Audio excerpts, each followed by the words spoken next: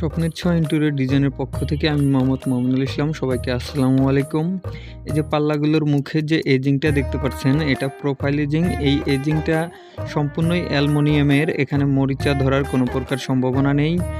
আপনার দেখেন এই যে ভিতরের দরজায় পাল্লাগুলোতে, প্রতিটা পাল্লা, বড় পাল্লাগুলোতে আমরা 5টা করে কবজা লাগিয়েছি।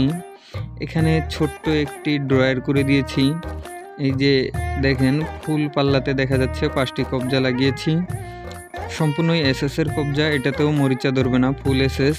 কবজাগুলো সম্পূর্ণই হাইড্রোলিক। দেখেন পাল্লাগুলো ছেড়ে দিলে অটোমেটিক একা একাই গিয়ে বন্ধ হয়ে যাবে। আর পাশেই দেখেন আমরা ছোট্ট একটি ড্রেসিং টেবিল করে দিয়েছি। ক্যাবিনেটের সাথে মিল রেখে ড্রেসিং টেবিলটা আমরা করে দিয়েছি।